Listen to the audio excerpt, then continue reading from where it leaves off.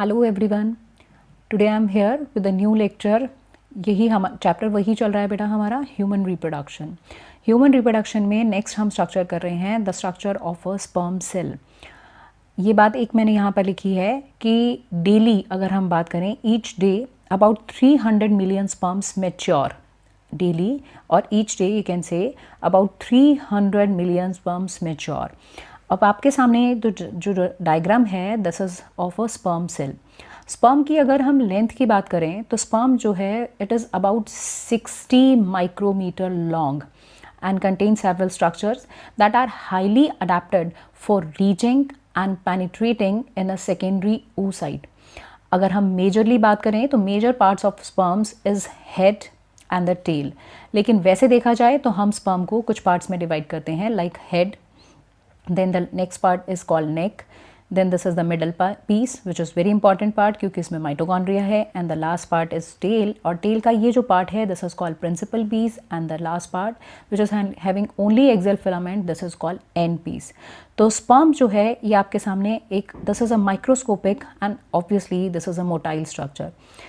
अब स्पर्म्स की बात करें तो स्पर्म्स जो हैं मैंने अभी आपको बताया it is about 60 micrometre long. अब इसके जो आगे वाला पार्ट जो है सबसे ऊपर वाला part that is called its head.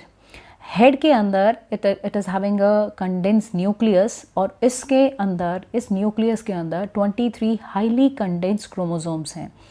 और इसके आगे का जो पार्ट है, एक आगे का अगर हम कहें तो 2/3 पार्ट ऑफ द न्यूक्लियस जो है 2/3 part of the nucleus that is covered by the structure is called acrosome.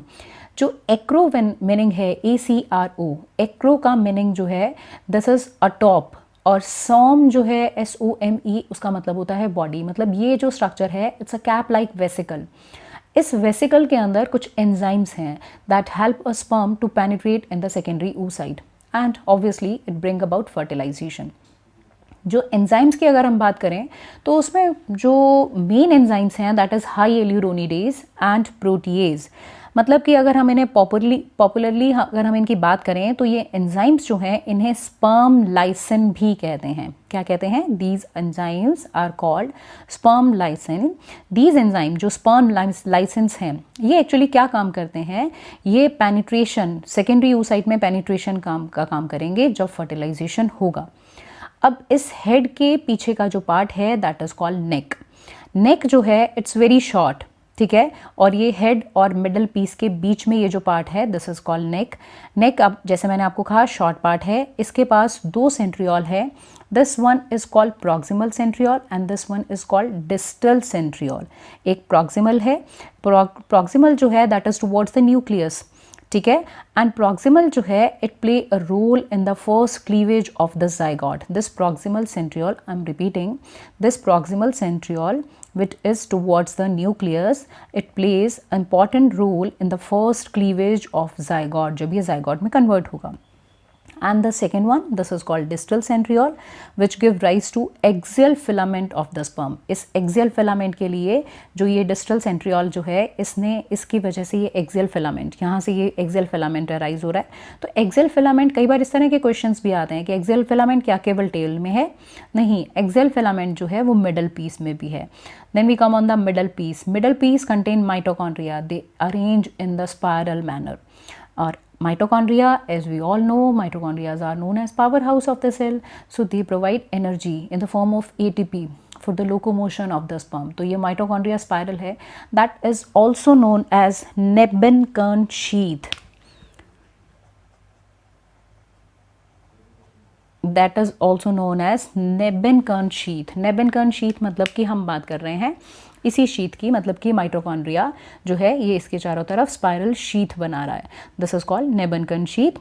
अब मिडल पीस जो है ये एनर्जी प्रोवाइड करता है, और नीचे की तरफ आपको दिखाई दे रहा है this is called ring centriole. नीचे वाला ये जो पार्ट है this is called ring centriole. Ring centriole जो है उसका फंक्शन अभी तक अननोन है, मतलब that is not clear to the scientist also.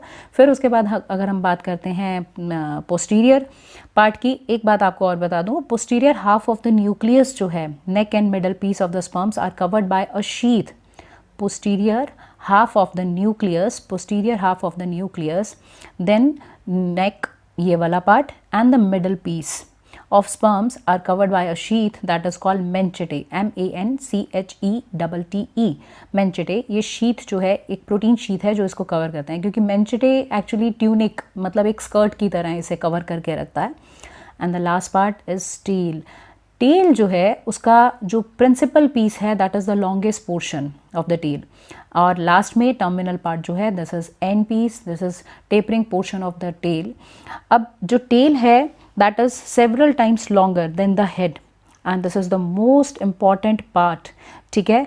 and the axial filament जो है, ये axial filament जो आपको बीच में दिखाई दे रहा है, this is surrounded by a thin layer of cytoplasm, the part behind the main piece, ये main piece या principal piece के जो पीछे का part है, this is called end piece, ठीक है, जिसके पास सिर्फ और सिर्फ axial filament है। sperms जो है इस किसी भी मीडियम में जब ये फ्लो करता है तो फ्लो हम कहते हैं दैट इज़ फ्लूइड मीडियम में, वो इसी की वजह से होता है, और उसके लिए जो एनर्जी प्रोवाइड करती है that is provided by mitochondria. I think all the parts are clear. तो head, neck, middle piece and tail. And one more thing last में जो मैं ऐड करूँगी कि एक बार एजैकुलेट होने के बाद most sperms do not survive.